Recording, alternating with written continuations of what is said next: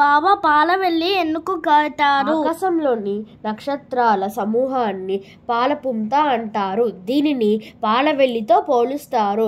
పాలవెల్లిని పాలపుంత అనుకుంటే అందులో ఉండే నక్షత్రాలు మనం కట్టే కాయలు పండ్లుగా చెబుతారు. పాలవెల్లికి 4 దిక్కులు ఉంటాయి. అన్ని దిక్కుల్లో ఉండే దేవతలను పూజించినట్టే. పట్టితో ఎందుకు చేయాలి బాబా? వినాయకుడికి 21 రకాల ఆకులతో పూజలు చేస్తారు.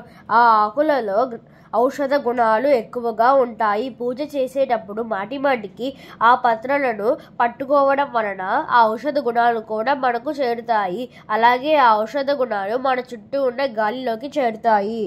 వినాయకుడిని మట్టితో ఎందుకు చేయాలి? పార్వతీదేవి సాక్షాత్తు ప్రకృతి స్వరూపిణి.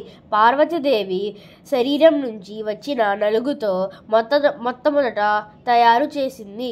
కాబట్టి గణపతి శరీరం ఏర్పడడానికి మొదట ప్రకృతి నుంచి వచ్చే మట్టిని తీసుకోవాలి.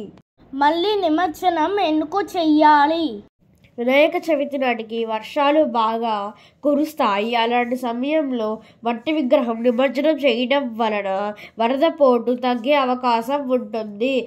పత్రాల వలన నీటిలో నివసించే క్రిమికీటకాలు నశిస్తాయని శాస్త్రాలు చెప్తున్నాయి.